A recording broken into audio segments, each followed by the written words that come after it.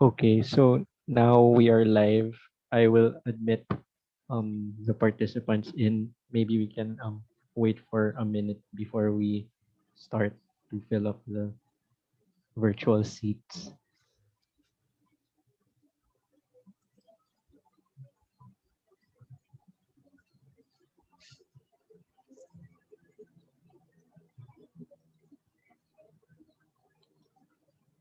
Okay, Prof. Mary, when you're ready. Okay. Welcome, all of you participants in this webinar series on international experiences on people-led housing. We at the Ateneo de Manila University, Department of Sociology and Anthropology, are really delighted to be in partnership with IHS, which is the Institute for Housing and Urban Development Studies of Erasmus University in the Netherlands. Also much appreciated is the collaboration of several presenters whom you will meet not only today, but in the forthcoming sessions over the next 4 weeks. They come from a wide range of groups in society, grassroots, people's organizations, the partner NGOs, university-based engaged academics from South and Southeast Asia, South America, and Europe. These webinars, in 4 weeks, offered really significant learning opportunities to several groups, undergraduate and graduate students, specifically of the 2 universities involved, but others as well. The 2 urban poor communities who are interested or already doing people-led development. To government officials, the general public, like professionals and technical specialists who also are advocating people-led housing approaches together with low-income groups. So the live cases, which will be presented over today and the next few weeks, will illustrate different forms of people-led social housing and what elements make it work. 2 proponents are going to be from India and the Philippines. They will discuss their People's Plan proposals so that other specialists can evaluate and refine them. So we want to make connections between the different sectors and stakeholders in this joint process. Overall, these webinars hope that participants will appreciate and champion this alternative form of development with vibrant, organized, low-income communities taking the lead.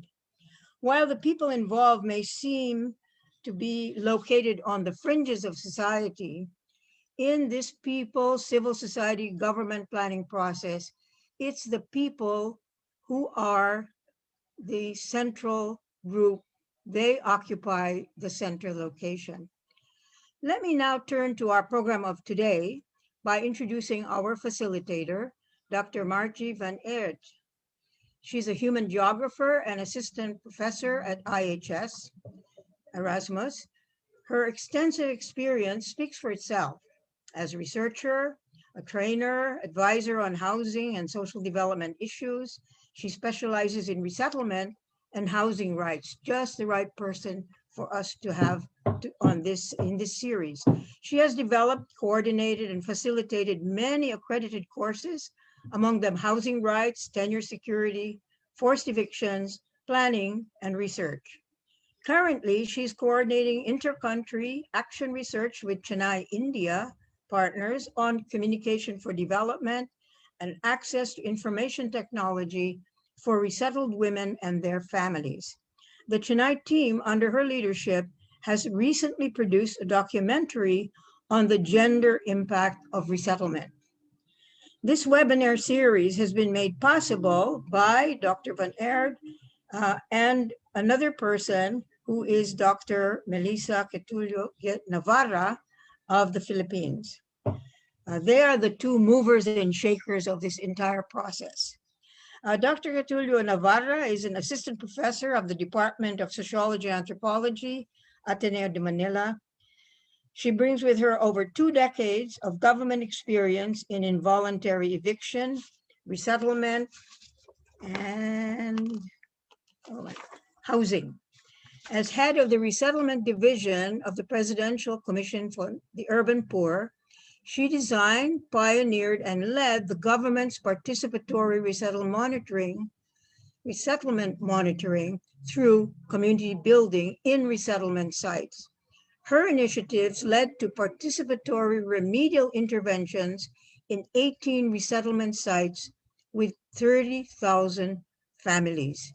And it was very much Melissa who enabled NGOs who work in this sector to realize that government can actually be very positive when you have the right people in government. And Melissa was certainly that. She continues to work with the resettled communities and informal settlers. She earned her master's degree in international studies at Kobe University, Japan, and her PhD at Wageningen University in the Netherlands. She's published articles on social capital, food security, housing, and involuntary resettlement in the Philippines and Indonesia.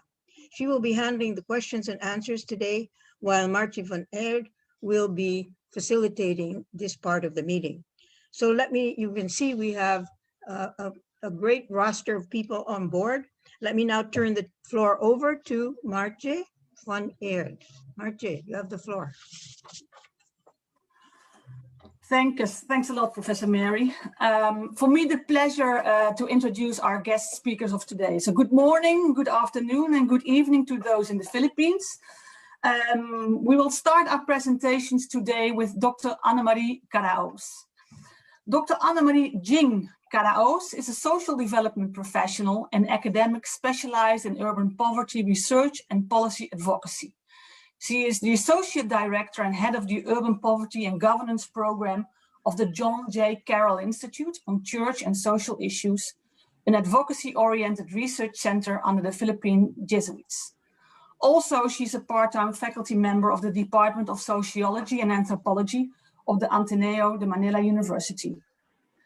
Dr. KARAOS, in her presentation, will trace the evolution of the theory and practice of people-led housing in the context of economic development strategies pursued by countries in the Southeast Asian region.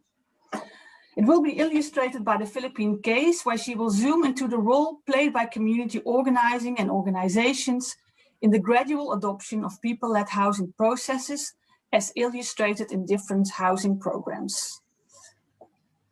So, Dr. KARAOS, the floor is yours. Thank you, MAARTJE. Good afternoon, good evening, or good morning to everyone, wherever you are. I shall be sharing my screen now.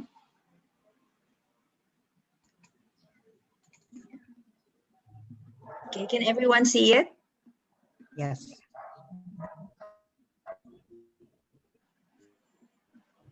Okay.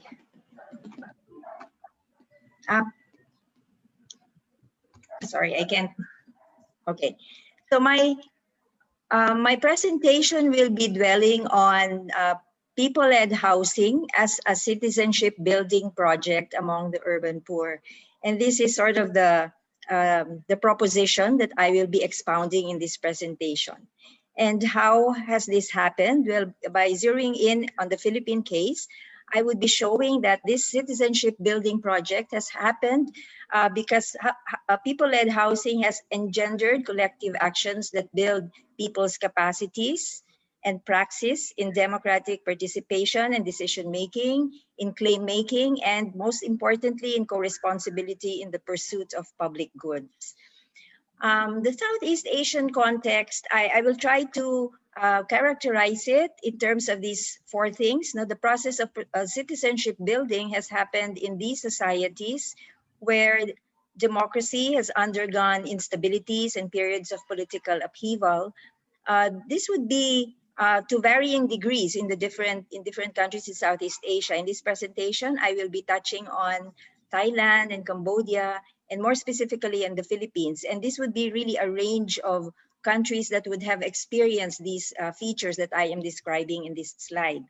Secondly, their national economies have been experiencing growth and have become increasingly integrated into the global economy, mostly in this period from the 1980s up to the present time.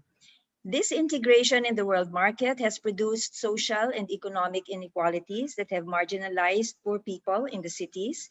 And this marginalization of the urban poor has been most visible and politicized in the lack of access to decent, affordable, and secure housing. In the 90s and in the 80s and 1990s, many countries in this region have adopted an outward-oriented development model. For example, we spoke of the Asian tiger economies back then. They adopted rapid takeoff and industrialization, or catching up industrialization, very rapid industrialization in countries like Singapore, Malaysia, and Thailand, and to a lesser extent in the Java island in Indonesia.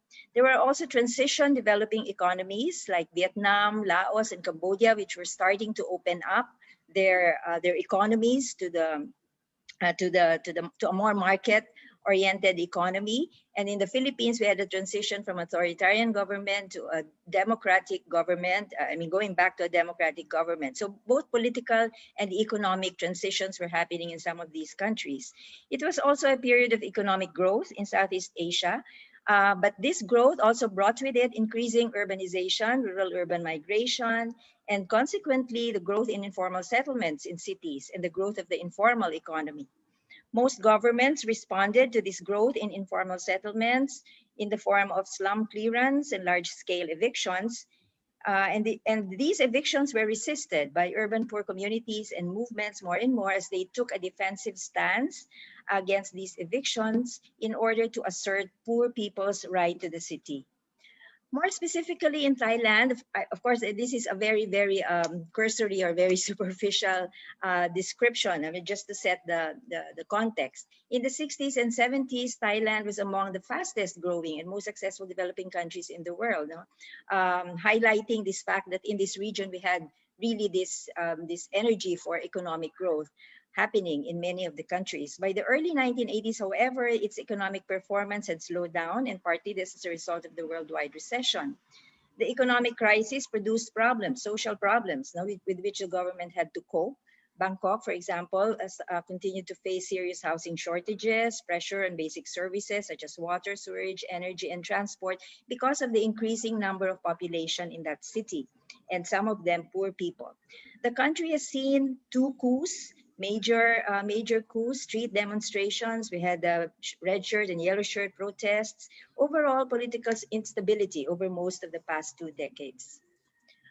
In terms of its experience in people-led housing, in Thailand in the early 2000s, there was strong political support for pro-poor programs. And remember, because of that, the context, with electoral campaigns based on the promise of pro-poor policies. In 2003, the government introduced a slum upgrading program called Ban Mang Kong, and the picture on the right is an example of one of the housing initiatives under this program. This program supported nationwide slum upgrading using a community-driven approach, providing secure tenure, access to utilities, and improved housing to low-income city dwellers. Another example is Cambodia. Cambodia has been racked with violent conflicts for many years, but after decades of these conflicts, even genocide, war, low-income migrants came to Phnom Penh in the 1990s to work in the city's factories, markets, and construction sites. When the country, the United Nations came in and took over and tried to institute a more, democratic political order in that country. For example, the Constitution in 1993 was instituted, which required respect for basic rights, an independent judiciary, separation of powers, executive accountability to the legislative branch, basically to install a democratic social order.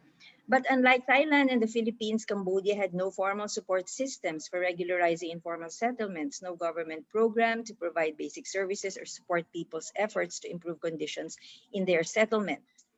But Cambodia also had an experience in people-led housing. And what ties the three countries together, Thailand, Cambodia, and the Philippines, is that they were all in partnership with the Asian Coalition for Housing Rights, so which was an organization that basically supported these people-led initiatives in housing.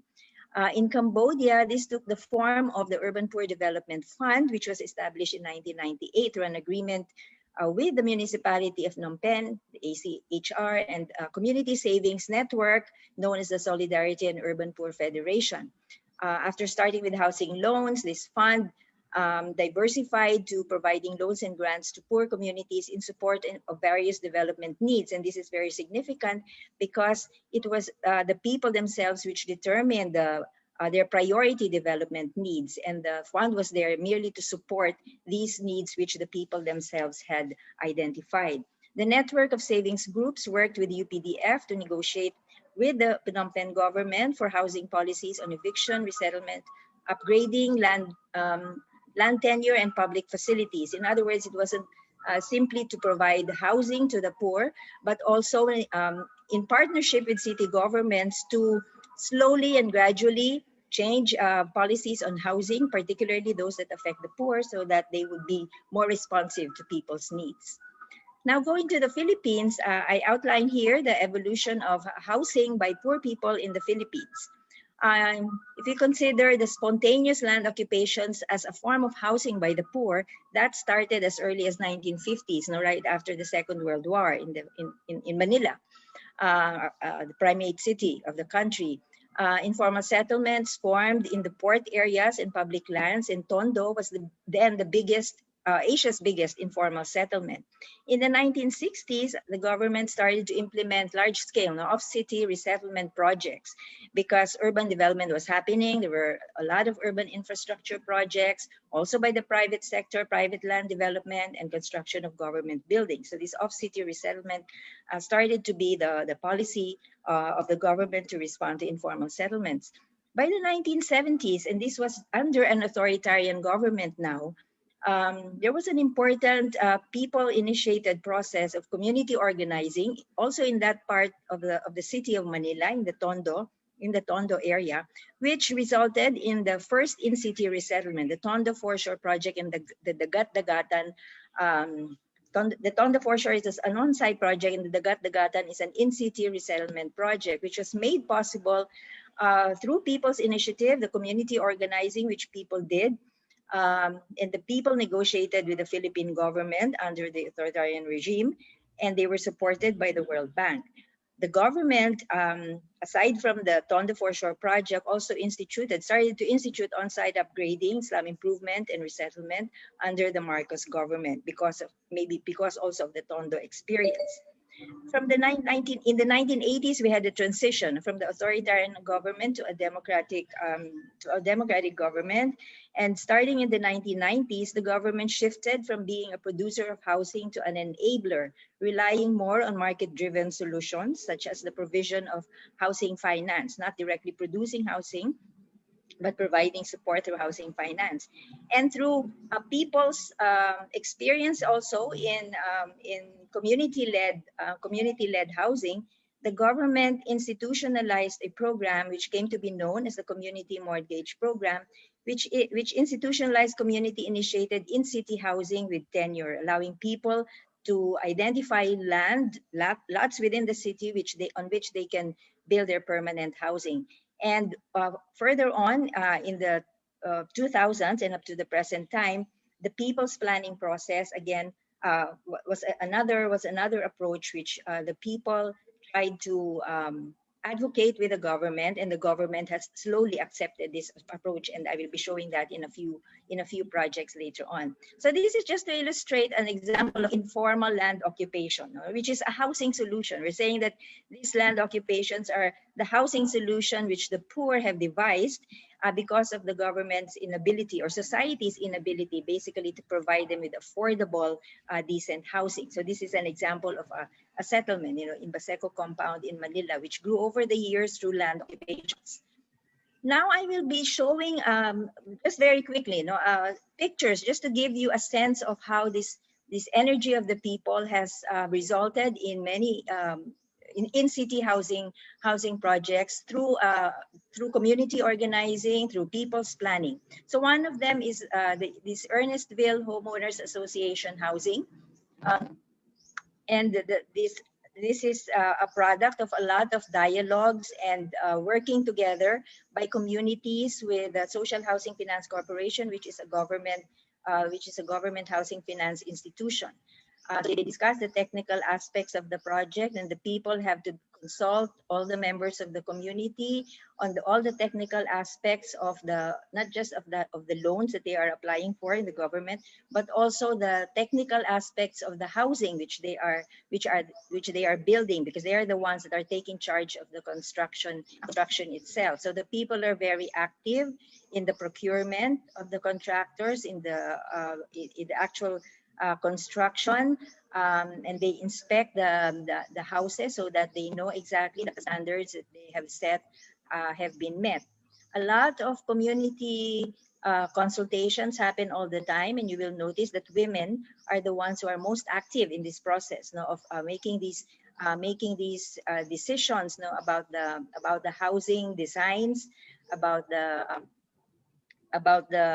um, well, the payments, and so on, amortization, the responsibility for the payments, for the housing. Another example of a people's planning for in-city housing is that of a for the Mangahan floodway residents. The Alliance of People's Organizations along Mangahan floodway were able to negotiate with the government to allow them to resettle in city instead of being resettled off city. Again, also through housing finance from the government, and in cooperation with another housing agency, the National Housing Authority. The people themselves are active in designing these buildings, deciding on the sizes, how many families could fit in these buildings. They also have to decide on many other aspects, not just the physical housing, but also livelihood, what to do or how to design the building so that they would be accessible to persons with disability. They even have conversations about the pets, what will the rules be, for people who will be taking care of pets, and so on. So all the aspects, because the people themselves are very active in conceptualizing, in designing, and in deciding on the responsibilities that the members of the community would take as the process of construction and estate management of this housing is concerned. So even all family members are very much involved. There are a lot of community consultations happening, community meetings. Again, women are the most prominent in these meetings because they have to be updated each step of the way on the progress of their loan application and so on, the progress of the construction, the progress of the designing the buildings, and so on. So a lot of time being spent by the community members on all these and decision making. There's also a lot of dialogue with government officials. Shown here is the then chair of the housing committee of the House of Representatives, and negotiating with members of the community associations on things like amortization, standards of the housing, if there had been any floods or any typhoons that have destroyed some of these buildings, then they have these dialogues with government officials. Another process that has been adopted also in the Philippine case is what is known as the citywide development approach, in which members of community organizations. Yes, so the could time. you start wrapping up after Okay. this? Yes, sorry. Yes. All right. So this is one wherein people get to know their communities and other settlements outside their communities. They validate information for the city to use and for the people to use also, as including identifying risks. All right. So on the wrap up, I have 3 slides here. Well, I refer to Asef Bayat's book on life as politics, where he talked about the quiet encroachment of the ordinary non-movements people, especially those who are excluded, devising strategies to enable them to survive and better their lives. So that's something like the informal land occupations of the urban poor. And in their search for security, they are constantly negotiating between autonomy on the one hand and being integrated in the society, but they like their autonomy also. And the grassroots are there is the claim that unless they become connected with bigger national movements, their actions will not be that effective. However, I'd like to nuance that by saying that urban poor in the Philippines, they remain, in these community organizations. They don't necessarily link up with larger networks all the time, and yet by remaining in these community organizations, they really experience citizenship there. They connect citizenship with their resistance to eviction. They say, walang squatter sa sariling bayan, no one should be a squatter in one's own country. They see eviction as antithetical to citizenship. And community organizations function as these intermediate institutions that link them to institutions, state institutions, especially in the crafting of housing policies and programs. So the struggle for secure housing has become a struggle for citizenship to counter this exclusion, which has been engendered by the state's market-based housing policies. And for young and struggling democracies like those in Southeast Asia, where poverty is high and the poor are excluded from political processes, community organizations have become vehicles for claiming and exercising citizenship rights. So between the quiet encroachment of non-movements and on the other, the large networks of social movements are these community-level organizations that are autonomous, self-driven, creative, and nimble in responding to these emerging needs of their members. And in these organizations, the excluded people experience citizenship, a sense of belonging and capacity, and more importantly, co-responsibility in achieving the common good. So that in this global restructuring in which our Southeast Asian economies and societies are very much part of and very much integrated, people-led housing solutions enable the urban poor through their community organizations to create for themselves a social space between integration and exclusion and between formality and informality. Thank you. Thank you very much, Dr. Annemarie KARAOS, for this very interesting overview and the specifics on the people-led housing processes in the Philippines. Thanks a lot. So next we will move to Brazil for a case from Sao Paulo, presented by CLAUDIO ACIOLY. CLAUDIO ACIOLY is an architect, urban planner, and a development practitioner with over 40 years of experience in more than 30 countries.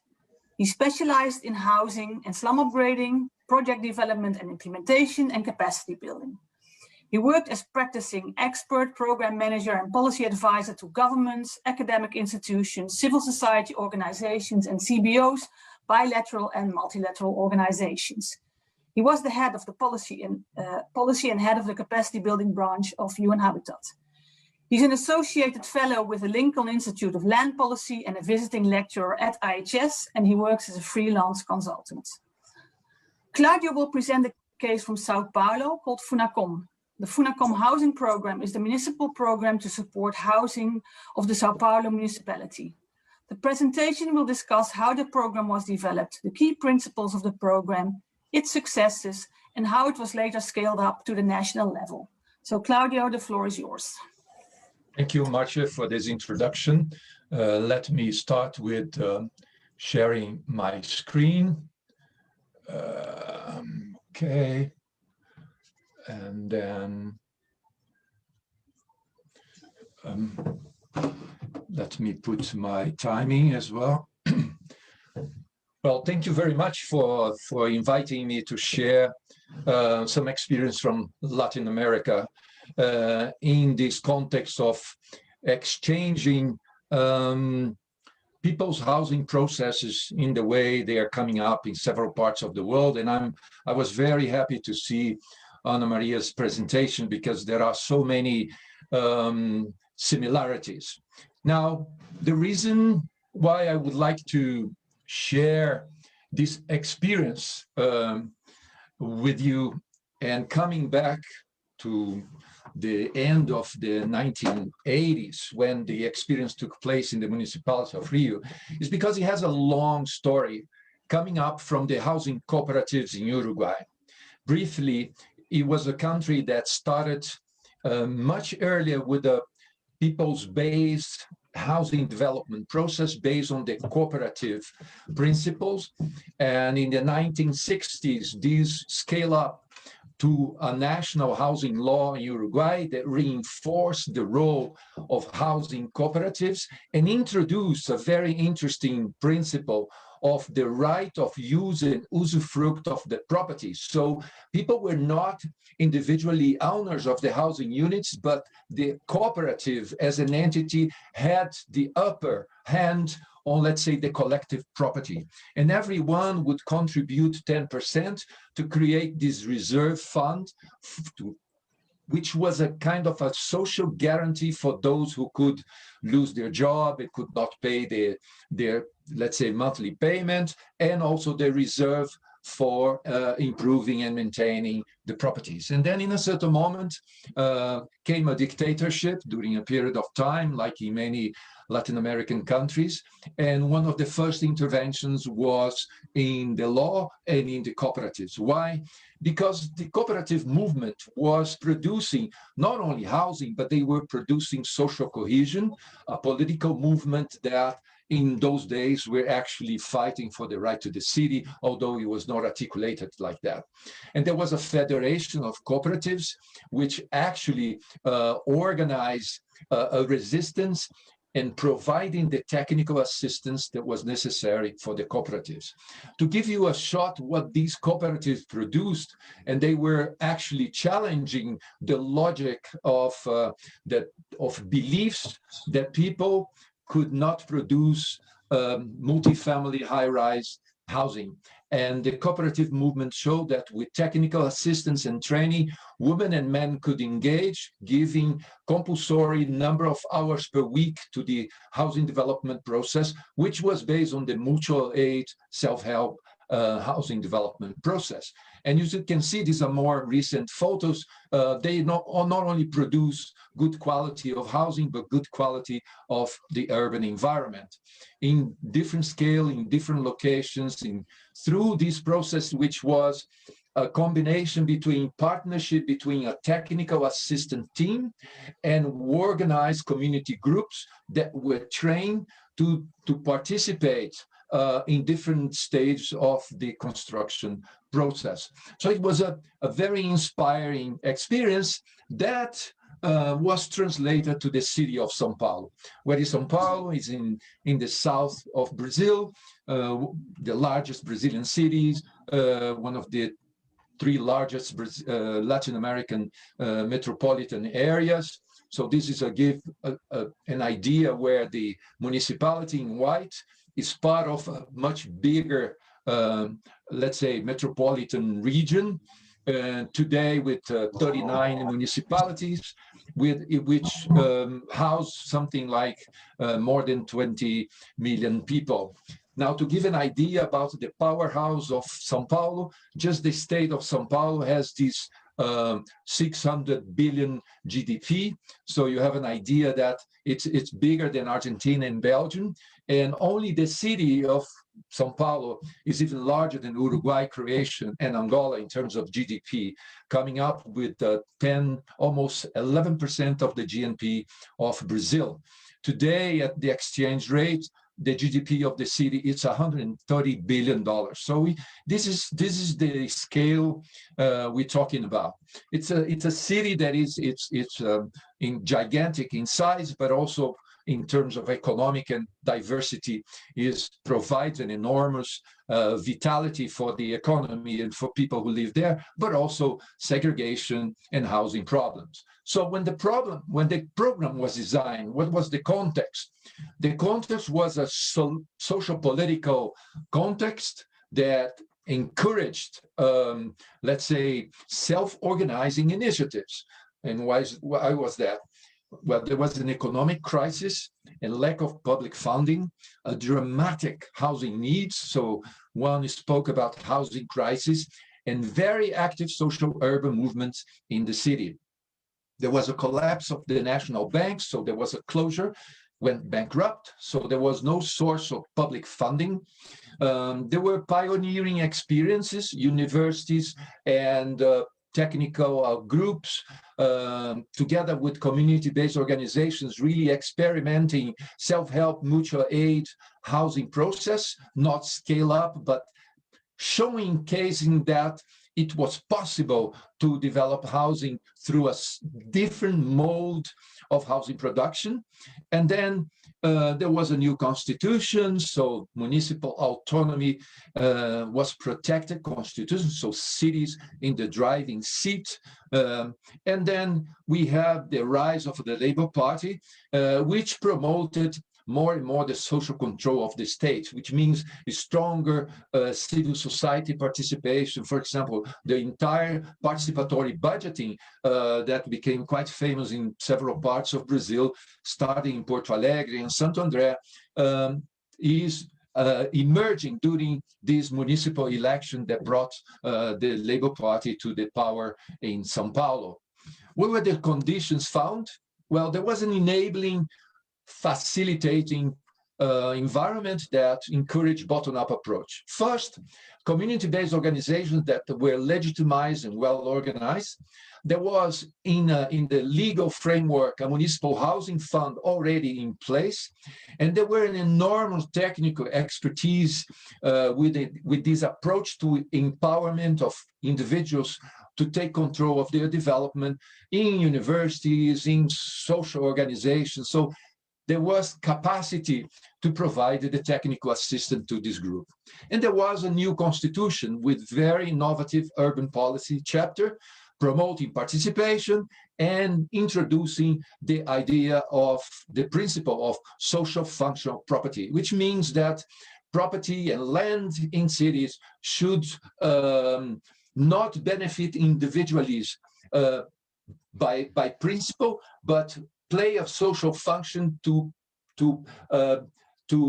how do you say that, to favor the collectivity interest of the community. So which means that if you hold your land for a number of years just for speculation, valuation, through the social functional property, the municipalities had instruments to actually push landowners either to put land for development, or if they were occupied illegally by squatters, to actually give them through uso capión instrument, if they occupied for 5 years peacefully that land, to transfer that right, property right, to their occupants. So it's quite radical, had been quite subject to a lot of controversy, but the Constitution actually advocates that until today.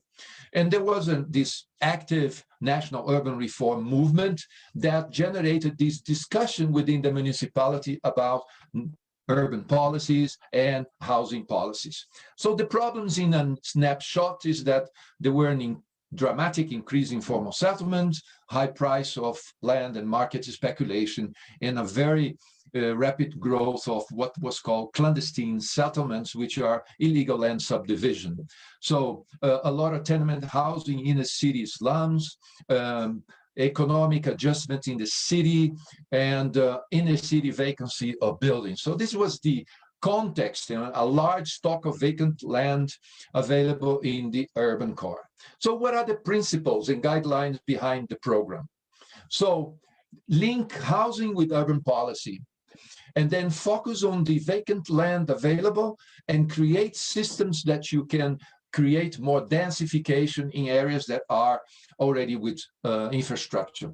Diversify projects and programs, link the whole social development with the public works, so provide employment, assistance, and so on, and then create that idea to the right of citizenship, so increasing participation in decision-making and in policy-making, that partnership between the public sector and communities for self-management processes, and so on and so on. So there were many principles adopted by this program, which turned them into a very, I would say, radical, in some circles, a very radical program that inspired the national programs, but also state-level program to scale up. So this is the fund that existed. So there was an independent board that controlled the funding. the money was coming from, let's say, the municipal property tax, but also through urban operations in the city that put a certain part of the financial transaction of these urban operations into the fund. So, and then the FUNAPS, FUNACOM is a translation of the FUNAP, Fund for Communities, okay?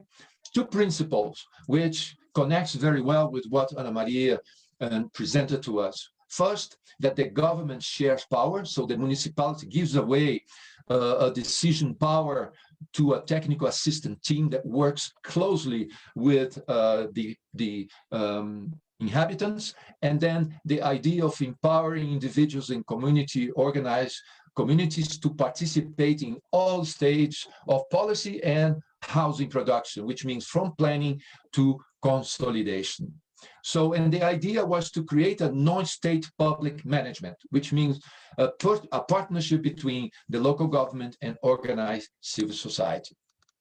So every family had to produce a certain, as I say, 16 hours of work per week. So when you are eligible and you set up the project, you participate, and you are compulsorily have to give the amount of time in the housing production process. So what are the objectives? Strengthen participation organization, stimulate self-management initiatives, multiply the capacity of the municipality by engaging residents and community organization in the housing production process so that you can decrease costs and increase the ability of the municipal budget. And then the whole thing about capacity building and participation. And then stimulating a lot of critical discussions about the popular organization and movements. So how is it financed? Now, the municipal budget allocation, a certain amount, the interlinked operations, as I mentioned, so transfer of development rights, which owners have to pay to the fund, the housing lottery, and the return from financing.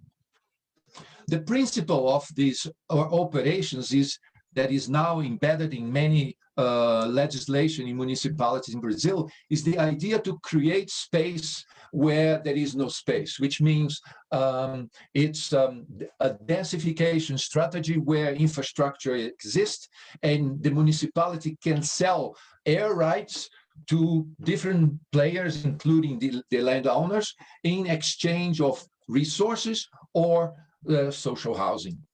So how do I become eligible? So families have to fit into a certain socioeconomic groups. In those days were 5 minimal salaries, so maximum of $500.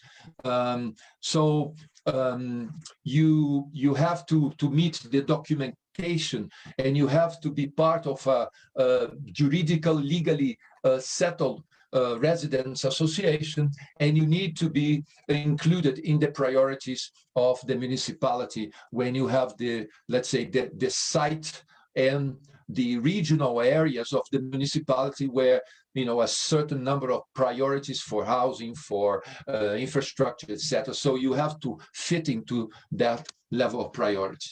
So in terms of an idea, Sorry, Claudio. I have. Okay, I have here 14 minutes, okay? So you're a bit too quick. Okay. No. Go ahead. So coming to the conclusion. So the idea was that 4% of the project budget is allocated to technical assistance. So land is available in different ways, from expropriation to donation, including the church, and even direct purchase by the inhabitants.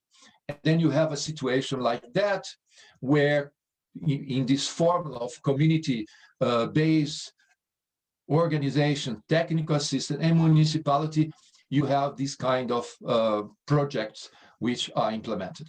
Something similar to what Ana Maria said is that the woman took advantage of this process, and many women enter into a very male-dominant construction sector, taking control of several parts of the building construction process, learning new skills, and creating a very interesting opportunity for them to be having source of income.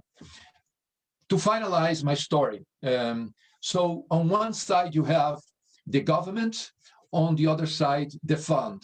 So here is the whole, in green, the whole set of institutions from the municipality, and on the side the financial aspects of it.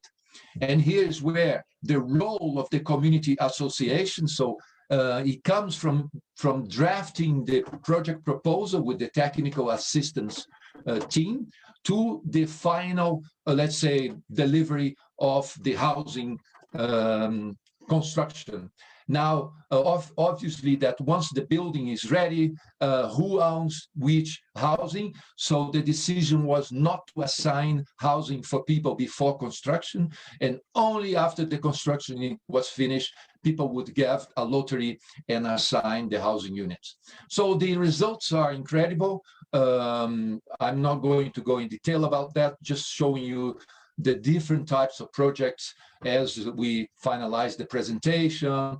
The process was very inclusive, from urban design to housing design, even construction technologies that were experimented.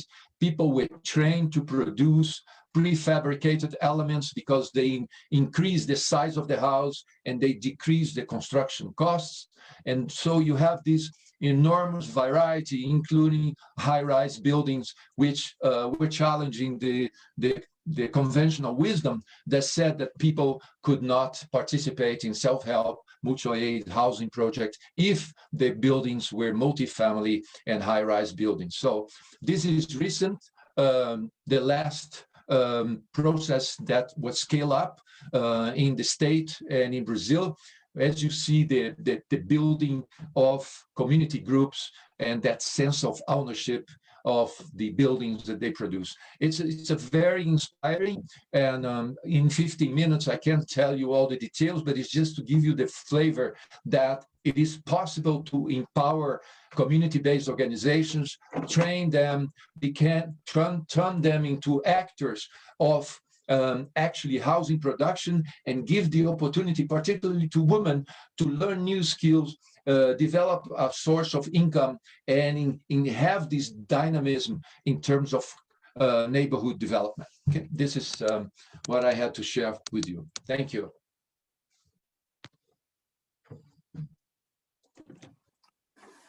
Thanks a lot, Claudio, for this inspiring case. Sorry you only had 15 minutes, but still it was very interesting. And let's see which one of the key principles can be taken on board in the development of the People's Plan in the Indian and Filipino case that will be presented in webinar 4. Our last case of today is from the Netherlands and will be presented by Richard NIESSEN. Richard NIESSEN is a graphic designer. He's known for his beautiful and colorful posters and expressive typography, innovative identities, and his collaborations with other artists. The solo exhibition Building Site at Le Signe, Chaumont in France in 2019 brought together 5 installations that give an overview of his work and the insight of the working methods and ideas and principles behind them. Building Site has evolved into an actual platform where other designers are invited to experiment, team up, and celebrate the rich heritage of the profession. Since 2016, he works and lives in the Nautilus building in the Zeeburger Eiland in Amsterdam. Richard will share with us his experience in building Nautilus, an affordable, sustainable residential work building that was completed in May 2016 through collective private commissioning. Collective private commissioning is an approach wherein a group of individuals buy or leases a plot and engages an architect and builder of their choice. He will explain the reasons behind the establishment of the housing project, the process, the challenges, and the successes in the realization of the project. Richard, it's your turn. Thank you, MAARTJE.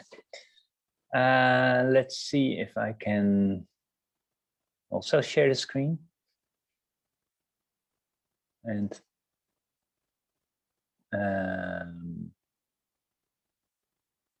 please tell me if it works. Yes? Yeah. Yes, we see the bar, but it's okay. Yeah. Oh, okay. Thank you for inviting me. I'm a bit a strange fish in this bowl, so to say. But I like the program because we are now zooming into into one case of a building. And yeah, as MAARTJE also said in the introduction, I'm not a developer or anything. I'm so to say just a graphic designer. But somehow I learned a lot also from this practice, being part of this project. So yes, I'm living and working in this Nautilus building. It's a mixed use building, and we came to live here 4 years ago with 43 households.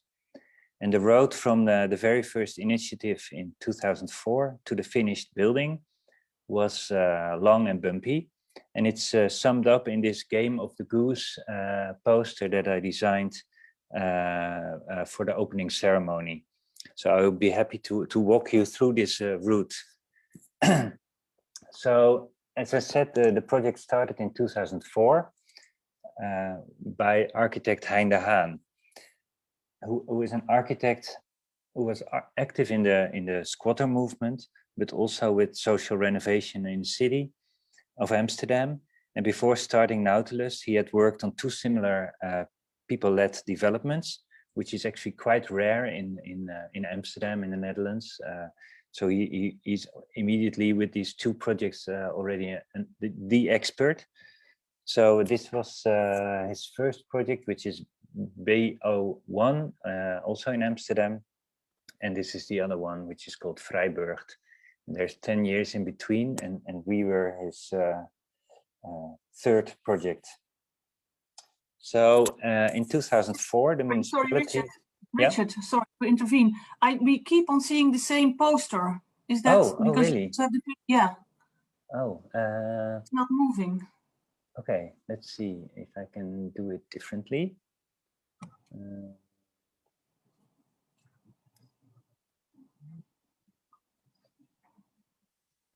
But it's a beautiful poster, though.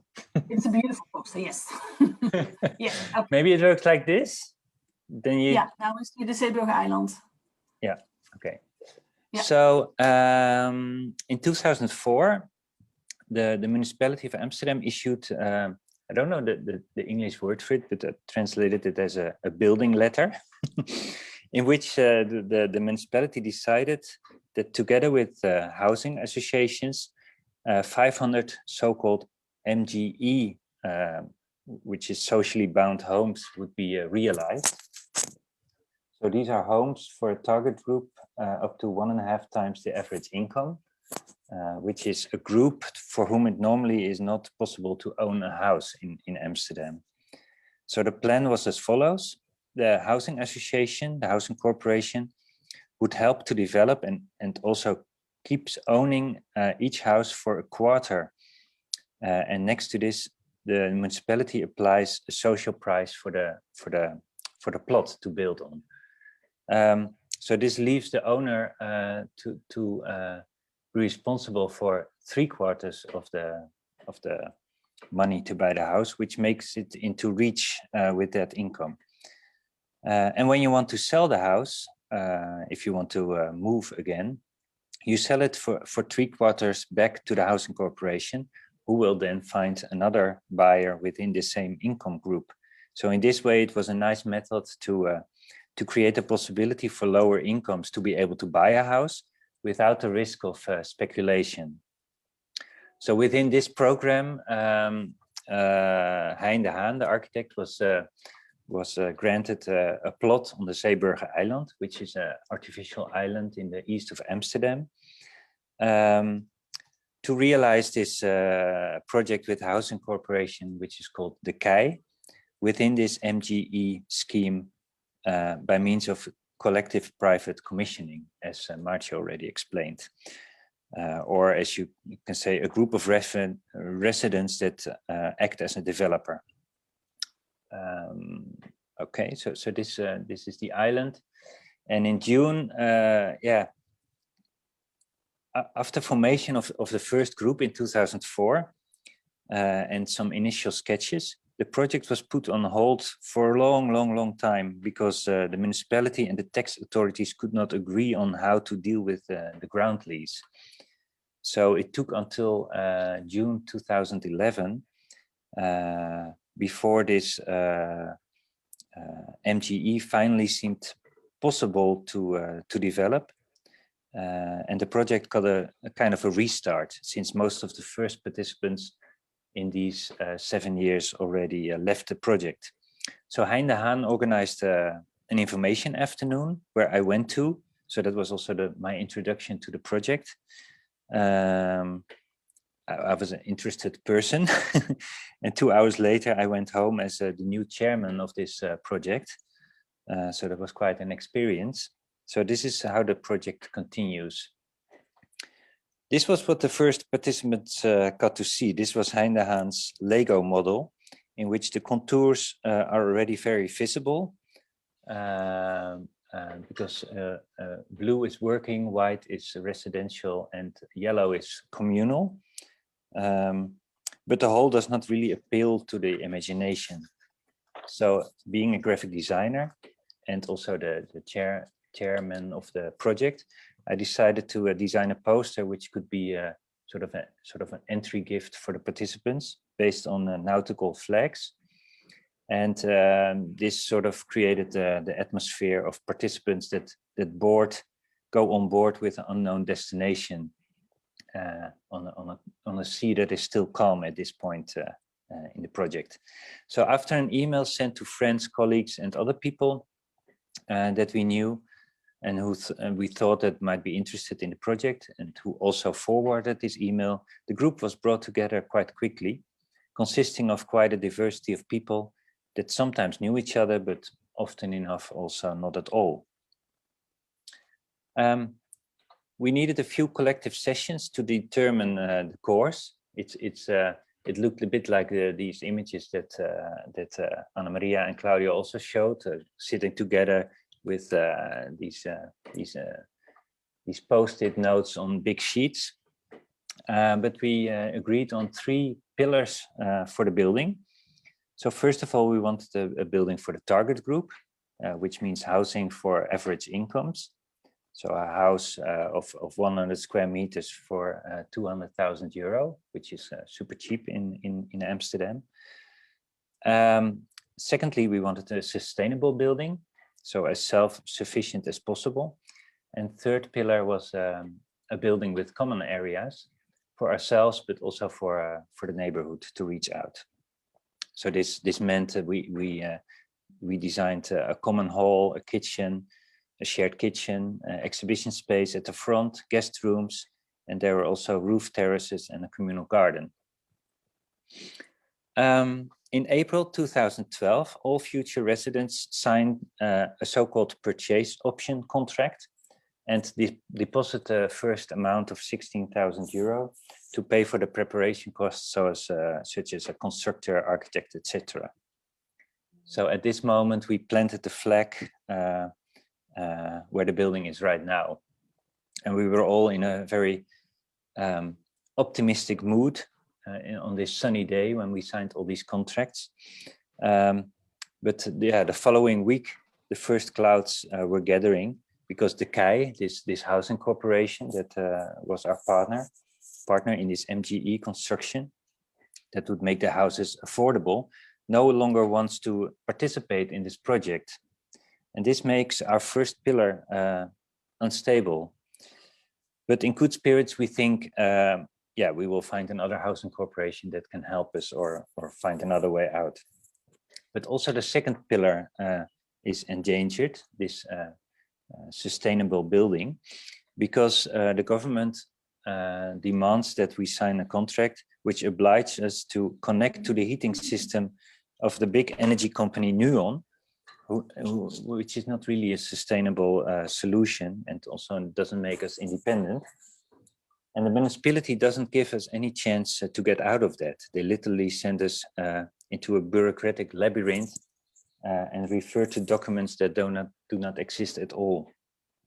But we were very fortunate that we got supported by the KNHM, which is a non-profit organization with a network of active citizens like managers, consultants, advisors, entrepreneurs, or politicians that spend their free time to advise and assist local communities. So this was really our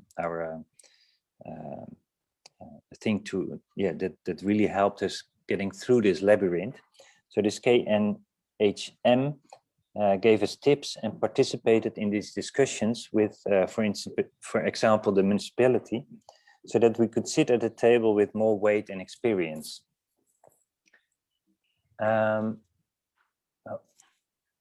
At the same time, we try to keep the mood in a good spirit. So we have a nice picnic on location.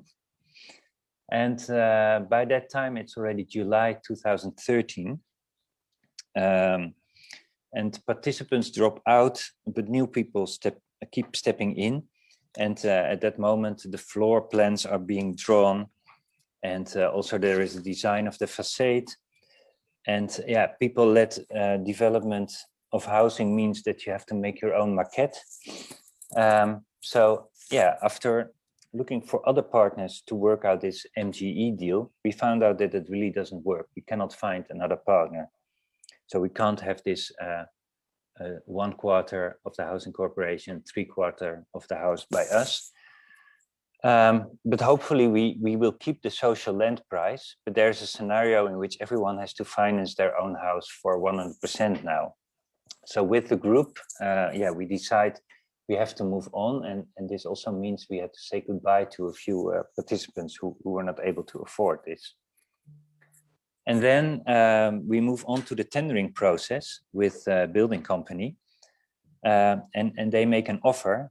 And this offer comes as a shock because the building turns out to be 1.5 million euros more expensive than we thought. So yeah, at that time, yeah, we had to decide on all kinds of cutbacks to the project. And this means a lot of consultation in many meetings. So for instance, the hall and the expo, so our communal areas, the third pillar, is also in danger because we have to make these cutbacks. But the future residents do not want to give up this third pillar. So we try to find other ways of financing this. Yet the sun is shining again. By persisting for a long time, the alderman of the municipality decided that Nautilus may realize its own heating installation. After we came to a comparison, that it made very clear that our solution of an installation scored 62% better than in terms of environmental efficiency than this energy company NUON could offer. So the municipality grants us this right. And also all complicated rules surrounding the social land price are also pushed aside under the motto, keep it simple. So Nautilus is called a pilot, and we can finally sign the contract to start building on the plot. And ultimately, all the cutbacks and negotiations with the builder are also complete. And we, as a corporation, we sign the contract with the builder, which is also celebrated with some champagne on the plot.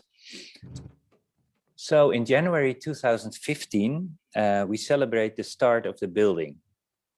The hammer is in the Netherlands. We build in swamps actually, so we have to put poles in the ground to start building on, and that's why the hammer is the symbol of the first pole in the ground. Then in August 2015, our architect Hein de Haan suddenly passes away. And we place a memorial stone in the facade, which puts a quote of him in the spotlight, because he once said that being asked what good architecture is, that he said it's not about the bricks or the looks of a building, it's the program that matters. And I think we experience every day that he was very right with this sentence, because it's the program of the building, the content of the architecture that matters. And fortunately, we are the proof of that. So 8 months later, in May 2016, we moved into our homes. And that summer, we were almost like a campsite Nautilus with many water fights and spontaneous paella parties in the garden. And the official opening of the building is then in September 2016. And that's also when we took this group photo. And today, yeah, Nautilus is our common playing field. Here we meet each other and the neighborhood. And we have all kinds of exhibitions, concerts, movie nights, coffee mornings, flea markets, exhibitions, and dinner parties, ping pong nights, which taking place all the time. Because we have this, the opportunity of these shared spaces. And during it's also mentioned before by Anna Maria and Claudio, it's a real emancipatory process. So we bounded together as a group, and we try to reflect this on the whole neighborhood. So living in such a community may not always sometimes have disadvantages, like you have to go into a lot of meetings and you can't always escape your neighbors, but it offers so many possible possibilities. For instance, in these Corona times, we had concerts in the garden and enough space to create working spaces outside our own homes. And besides this, when someone was ill, others could do the shopping, things like that were all super simple to organize. So it's almost like a village in the city. And we have come to the end of this long route. This game of the goose board trip is over. So now the real game has only started for us. And this is the end of my presentation. Within time, I hope.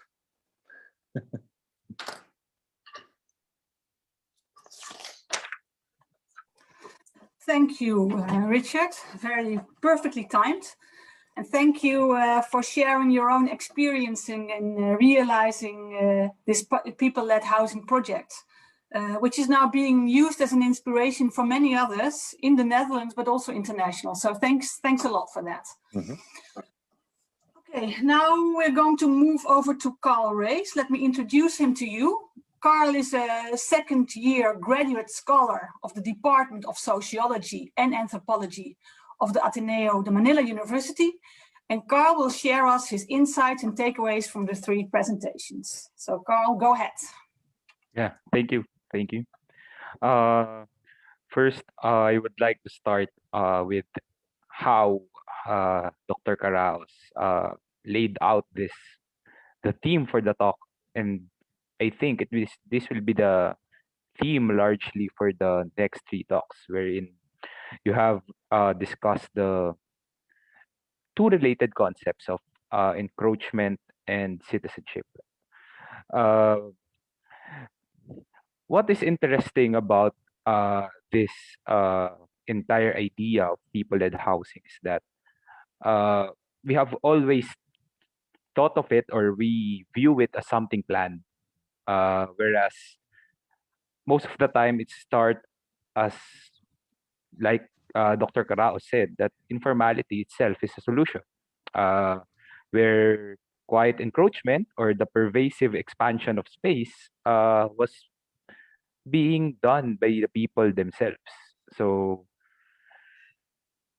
that in one way is an antithesis to planned housing or to socialized housing, but at the same time is a precursor to planned housing, especially in the context of, I think, Brazil and the Philippines as well, wherein quiet encroachment eventually developed into an assertion of one's citizenship.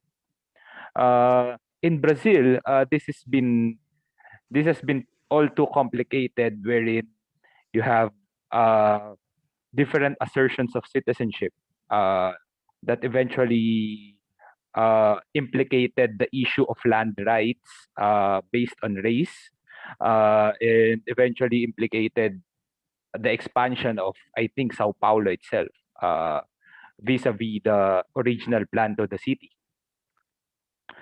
But in any case, people-led housing is itself an assertion of collective citizenship, wherein uh, people band together in order to achieve a certain housing goal, which is in these cases in city housing, which is very hard to come by in rapidly urbanizing and developing countries and areas. Uh, this is where I go to. From citizenship, we go to the notion of what Claudio put forward as a transition, which has been a challenge to all people-led housing. In the case of the informal settlements, uh, the notion of transition has been from the enemies of the government or to the antithesis of planned housing itself to people who needs to carry out the plan, who needs to execute the plan, and who needs to sustain what was planned. So that's my main takeaway from that, where the idea of transition has been not only from being an antagonist to the government, but also uh, a transition from thinking of oneself, of the individual, to a transition to thinking of housing as a collective.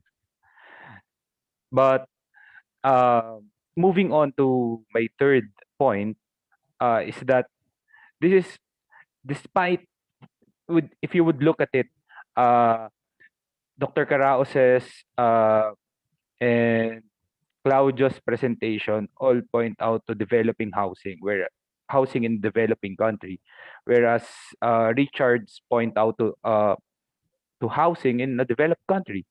But here's the common denominator between the three.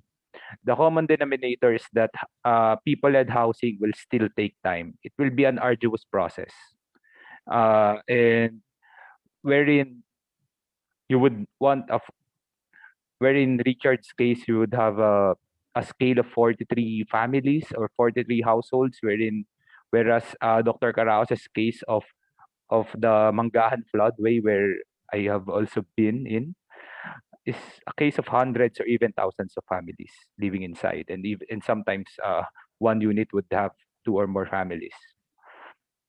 Is that so people-led housing will still take time, and because it will take time, let me leave you with two questions for the speakers. Knowing that people-led housing will take time, this has been my dilemma when it comes to pushing forward people-led housing, wherein to one ex to what extent do we do we rely on the energy and tenacity of the people to push forward uh, housing, uh, notwithstanding the social, familial, and economic cost of actually pushing forward for a long and arduous process of people-led housing. Uh, Actually, this has been a problem with some of the or a concern of some community leaders who have gone through this process, wherein they feel like they have forgotten their families for 5 or so years, wherein the time for researching one's place has been time lost for economic activities. And another one is that in my study of cemetery dwellers in Manila, this has been an impediment to people-led housing, wherein people-led housing is not merely a question of civil society formation and vibrance, an assertion of one's citizenship as a collective, but also of an issue of the sheer capacity to pay and carry out people-led housing programs. Uh, for those kinds of people where where survival is where everyday survival is a question of, uh, will informality remain a solution for them? Uh, to to what extent can people-led housing be practiced in a case where you cannot even start the project? So let me leave you with those questions, and thank you. Thanks, Carl, for this reflection and also already formulating two questions. I will hand them over to Melissa, who will now lead the Q&A part of this webinar. Please go ahead, Melissa. Yes, thank you, MAARTJE, and thank you for our three speakers. Those are brilliant presentations and also new knowledge now. So the question and answer portion has already been started by Kaloy, no? So he left us with this difficult question, but interesting. So apart from that, we also have a couple of questions from Facebook and also from our participants. So we can start with two questions from Kaloy. Maybe we can start with Dr. KARAOS. Yes, thank you, Kaloy, for those two questions. You echo the questions which I have myself been thinking about. And in fact, in another webinar talk, I have flagged this concern about burdening poor people with a lot of these, meetings and processes, that they have to go through just to be able to access affordable housing. Whereas other members of society do not have to go through, these grueling processes, but the poor who can least afford the time to engage in such tedious processes, they find themselves that they have to go through these processes. Of course, there's a lot that will have to change in the larger society before the opportunities are really equalized across different income groups in a society. But until such changes happen in the bigger society, I think this process of community and collective action to be able to access public goods, I think will still be necessary. But it has its advantages also, because through this process, the people learn so much also. It builds their capacities and it builds their social networks in the process, which can help them in other needs, not just for housing. So it's also, it takes a lot of time, but I think there are advantages also that people get from going through this process. Secondly, there's also this element of self-determination, that people get to really make decisions for themselves, which is, as I was asserting, really an act of asserting their citizenship. Of course, remaining informal is still an option, and that is precisely what people have. They can continue to remain informal, but of course more and more that's becoming more difficult. So in a sense, they're in a sense forced to be in a process, and that will be facilitated by being part of organizations and community organizations. Thank you, Dr. KARAOS. Yes, so we have to weigh the cost versus the gains. Okay, Claudio. Yeah. Let me start with the question of time. Economists usually say time is money. It has a cost. And when I was working a neighborhood upgrading program many years ago in a Dutch-funded program in West Africa, one of my responsibilities was to introduce assisted self-help housing programs connected with the neighborhood upgrading interventions. And then I find this family very actively and really going very fast with the building process. And I came along and I started observing, and it was very interesting to see in that context that the man who was leading the construction had 3 wives. One wife was actively involved with him in the building process. The other one was back taking care of the family in a provisory unit close by. And the third one was in the market earning the income. Why am I illustrating this? Because when we are going to the assumption that individuals will put time to build their housing, there is an opportunity cost that something needs to be covered, which is especially when you are in a ladder of society where your labor is your source of income. So when we're talking about social housing, low-income housing, housing for people who are poor, we need to factor many elements, and that's why organization and institutional framework to enable people to actually devote their time for building is extremely important, is vital.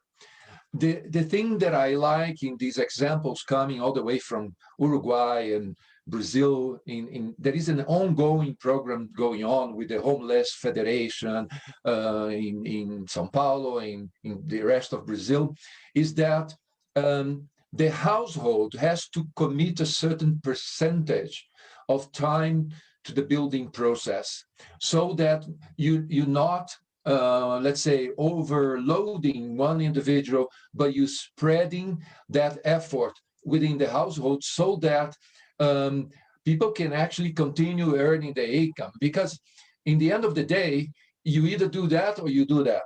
And one of the reasons we saw women engaging in the building process in the early generations of these programs in Sao Paulo was because the man was out there in the formal and informal market, earning the income. And the only one available was the labor of the women. And that was very interesting to see how different households, and sometimes penalizing very much the women who had double tasks to even take care of the kids. So that's why also in the building process, some, like Richard was saying, some communal spaces were created for the children and the elderly so that they could not be penalized by the fact that their mother or the gender part of the household was engaging the building process. So I think one of the lessons we need to look at, let's not take for granted that people have all the time of the world just to build. Unfortunately, our societies, and in many places of the world, are so unequal that some don't need to worry about that. The other need to worry not only about that, but even the provision of the basic needs. And I think we need to factor that. And when we design housing programs and we put different institutions, both state and non-state, we need to consider and factor that we should not penalize more than they are already penalized at the bottom of society. And we need to be very critical about that. And of course, one can say, even go with Marxist arguments on the capital, on the exploitation of the labor force. You can go in many directions, but the reality is that in the end, if we do not organize that way, the city will only be for those who have everything arranged. So this is one. The other is the impact. So just to finalize, what is the impact of this process? When it's well organized, when it's the variables are well factored in the process, you actually don't produce the goods that are there or the property. You produce something intangible. And the intangible is happiness, the sense of ownership, the sense of realization, self-esteem, community cohesion, the idea that I can take care of, the idea that I can believe in my effort, and all that comes together, new skills that I learn, work together with others and produce something that is not for me, but for the generation that comes after that. And I think that is another intangible that most often government programs do not take into account. And just to give an idea, to conclude, when Brazil launched this multi-billion housing program some years back, there was one sub-program that was inspired in the same model of FUNACOM. So community technical assistance and government partnership, having access to finance and producing social housing. They proved in practice that by taking away the developer and the companies that build the houses and do the projects, they actually were able to produce better quality housing, better architecture, more space for less price. Okay, if the trade-off is I participate, like Richard was showing, is to decrease the cost that housing will have on my household income, because I need to pay my bills, I need to pay education, I need to pay food, etc., then that's the cost I have in order to compete in this environment that I'm already in an unequal position to start with. So I think the idea that we have, and we have in COVID, in many places of Asia, we need to force the scale up of these programs and force a situation where governments actually play the role of enabling and not putting the hurdles that we saw in several cases, and even Richard illustrated that, so many hurdles that appear that is all to impede certain things to happen. I think these examples are great to show the potential, but the challenge is, how do we go to scale with this? Okay. Thank you, Claudio. Richard can answer it brief, and then we'll go to questions addressed to each of you. Yeah. I think Claudia already summed it up together with Anna Maria. What I always thought when we were doing this project, it really felt like we were inventing all the rules to play this game. And it's true, because this people-led building is so rare in the Netherlands, and but we also prove, and also the other buildings that Heine made, that it's really an investment in community, or to create a common or more connections in a neighborhood. So I was always wondering why the municipality or the government doesn't create a sort of a toolkit that people can easily use, because the path to follow is always the same. It's actually not that complicated, but as I'm a graphic designer, so I'm not a developer. So for me, all these words, the whole route is sort of new to me. That it takes a lot of time to get used to all these terms and how this process goes. So actually, the government was not supporting us with that.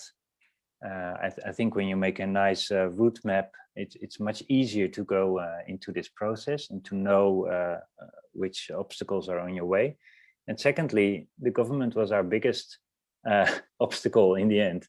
So it took us the most time to deal with them. And so I think, when you would turn this around, you have this the possibility to scale it up much more. But I think there is something standing in the way, because in my experience, the municipality rather deals with developers and people that are in the same league, so to speak, than with citizens themselves. And I think, that's a sad situation. Yes, but you managed. Okay. Here's a question for Dr. KARAOS.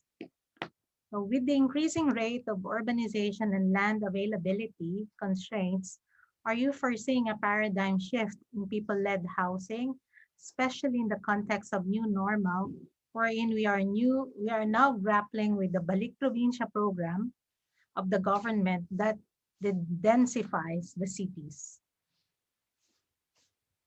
I turn it over to you. Yeah, okay. Thank you for that question. I think that came from ISA, no, of Social Housing Finance Corporation. And just for the benefit of the foreigners, this Balik Probinsya program that is being mentioned is this effort by the government to entice people to, I mean, those living in the highly urbanized cities to go to the, well, probinsya is the provinces, no? So, but I think the idea there is for them to go to urban centers that are outside the big metropolitan, you know, the big metropolitan cities. So this is a campaign which the Philippine government seems to want to push, but somehow I think it has lost steam along the way also. But one thing I disagree with in terms of this program is that it's sort of putting an artificial incentive for the people, when in fact there are already incentives that are there. I mean, people will move to where the economic opportunities are, and so if the economic opportunities are in the provincial urban centers, people move there. And in fact, the Philippine Statistics Authority has already shown that there's been a trend of people going out from Metro Manila. So there's, the net migration is already turning negative for some cities in Metro Manila. So it doesn't really have to be a government program to try to bring people outside of Manila, and in the process, expending so much money to do that, when in fact, the natural process can just be aided, with, for example, with more investments in other places, outside of the big cities. I think for people-led housing, I think that this will still continue.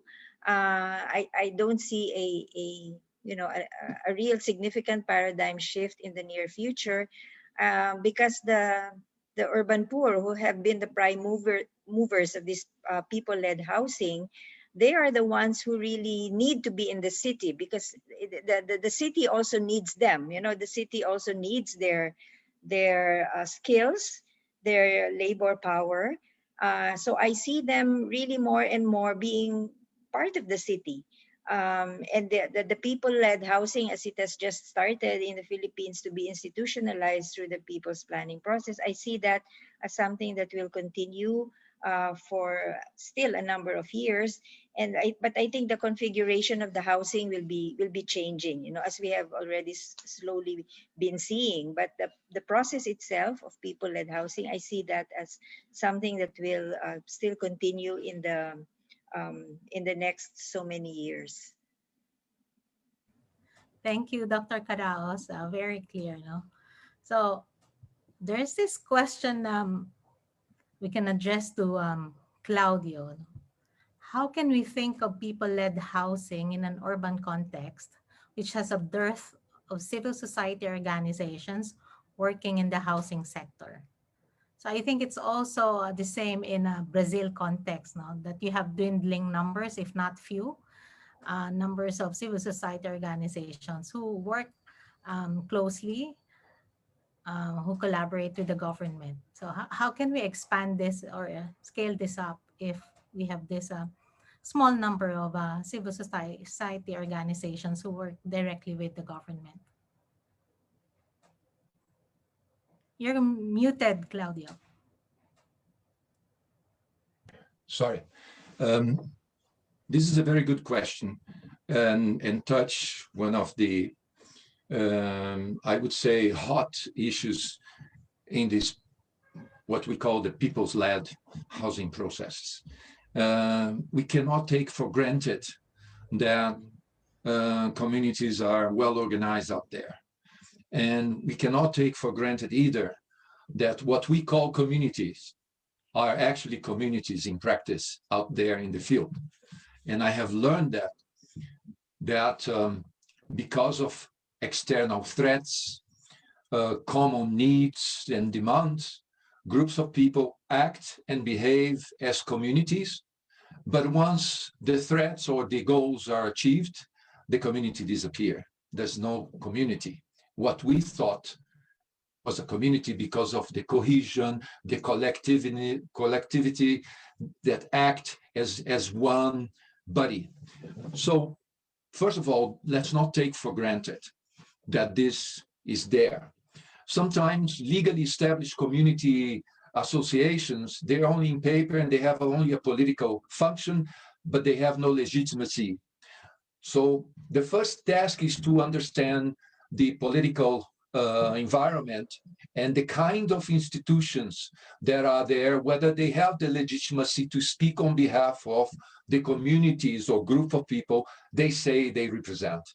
So I think this is the bottom line to start. Now, I spent some time in my presentation talking about the context. And the reason I do that is because the context favor the birth of particular types of movements and individuals and organizations that were ready to act in the way they did, provided that some elements were put in place. And then we go back. What is that? People that work together, that knows the technicalities and the politics and the institutional process, like hand in hand. By the way, was my colleague in the TU Delft. I was so happy to see that. So if you know very well the environment, you can actually empower the groups of individuals to actually access the law, the institutions, the places, and put pressure. So if you have that actor there in forms of an association, groups of people, an NGO, then you have one element of the variables. Okay, so the equation is 1, 2. The third one is a political environment where governments actually have the ability to enable through policies that people actually will take that types of actions with those actors. So by means of what? State policy, public policy, municipal policy, so policies that are setting up the rule of the game to allow these associations, groups of individuals to act. Sometimes, and in the Brazilian case, there are some cities that have faith-based organizations that came out from the theology of liberation, the engagement of the Catholic Church into actually land crisis and human rights crisis. They emerged as very strong organizations, and they were facilitated by the church in the place, but also policies in place that allowed them to play a role. So I think my response to that is that let's not take anything for granted. You need to work to strengthen these formulas in order to enable to come to the result. What is the result? That people achieve quality of life, adequate housing as it is formulated as a right to adequate housing, formulated in the International Covenant of Social, Economic, and Political Rights, where many countries of Asia and Latin America have signed up and have, in many of them, have put in their constitution. But how do you realize this right? In the territory. So one way is that when you have this unequal situation in the society, one way is this formula that we're talking here, is the only way to empower groups that are in the bottom level of society, that they get organized and the support they need to achieve what they have the right for. Yes. Thank you, Claudio. Yeah, very extensive, no? So everyone, all the organizations in the civil society community should be engaged in assisting communities, in organizing communities, no, not just the usual ones, no, even the faith-based organizations. So we can expand this people-led housing.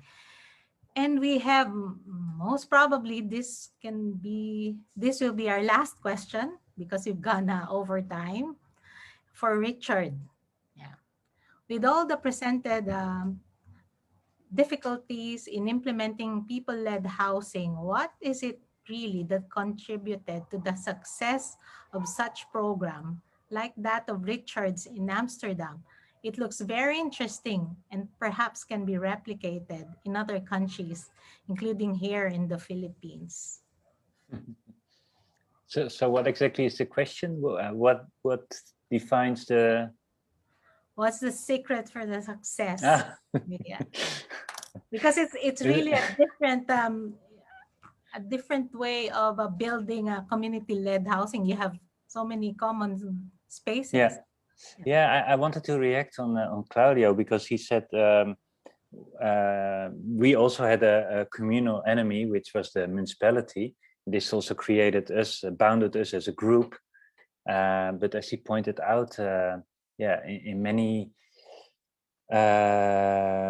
also in other, like, we are a low income group, but in Amsterdam there is more people-led housing made, but always for high income groups. They realize their own super lofts, or their dream house, so to speak. And what is the difference? That that we are still a group and they are all in their own apartment in this block, is that we have these communal areas in our building, which also reach out to the neighborhood. And this is something that I found very interesting in seeing it in practice, because we have to meet each other to decide on what to do in these in the kitchen, or in the exhibition space, or and we every year we have or a few times a year we have this gardening sessions. So we must operate together in our own public space, so to speak. So we have to go out of our own houses and meet each other. And I think that is something that that is often lost out of sight. Also if you look at public space in general in society, this is something that municipality or government is hardly taking care of.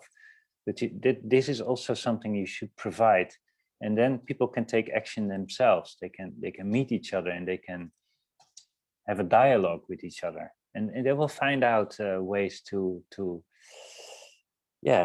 group up and to have common goals and interests. So I think that's where our success lies, maybe besides maybe other things. I really believe that you need this kind of shared spaces where you have to meet each other, where you can't escape each other. Yeah. Thank you, Richard. So it lies in combining or blending the architectural design with social cohesion program. It's exactly what Hein de Haan said. It's the program of a building. It's also the program of society, so to say. Okay. Although I said it's the last question, there's this a request. It's addressed to Dr. KARAOS. It's from your friend Eric. Under the People's Plan approach, newly formed and immature housing associations were made to carry tasks not matching their capacities, and hence failed to rein in mismanagement, conflicts, and corruption. Could we modify the People's Plan approach such that institutions are brought back in to assist them on these aspects? Yeah, I think that's going to be a continuing conversation. I think with enough experience, with more groups engaging this people's planning approach, I think there have been lessons learned there and I agree with you that the process can be modified, but it's a two-way thing. People have to agree to the modification of the process. And I think that will happen if more and more of those involved in people's planning will dialogue and will push for these changes in the process, so that more and more of the tasks could be carried out by the institutions instead of loading these tasks on the people. Secondly, in the way the people's planning approach has been practiced in the Philippines, the communities always or most often have their partner NGOs that are working with them. The partner NGOs, the more experienced ones, they actually know how to guard against these risks of mismanagement. because the more experienced ones, they can really accompany the people's organizations, and they because of their experience, and they will know how to develop, more these skills and procedures and regulations within the associations to guard against the so-called mismanagement. So I think there's something that can be done on the people's side, with the help of the people, with the NGO, civil society organizations, because there's been more experience already that they can learn from, and that they can work with the community associations. But I know that the problem is that it takes time, and sometimes when the community organizations would like to already see results with the housing process, they sometimes will tend to shortcut certain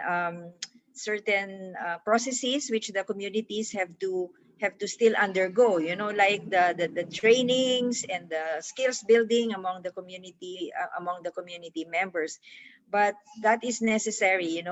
I've seen community how some NGOs have trained the community organizations, and it pays off, if they really go through a thorough formation and training process.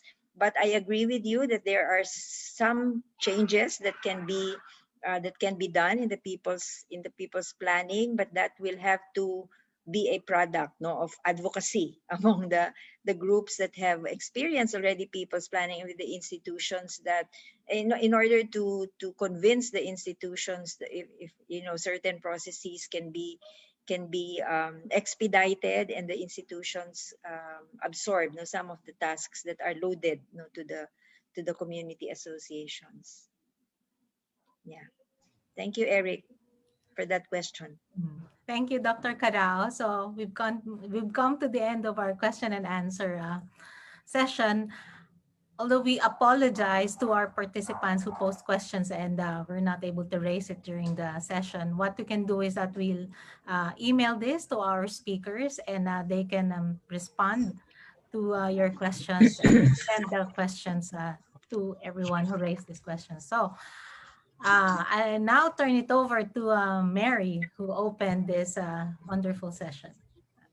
Well, it's my pleasant task to thank all of the major presenters today, especially, of course, Anne-Marie KARAOS, Claudio ACIOLY, and Richard NIESSEN, together with RUSSEL Reyes. And I'm very glad we had Kaloy to show that graduate students can play a significant role in the academic sector in all of these discussions of how you build theory from practice.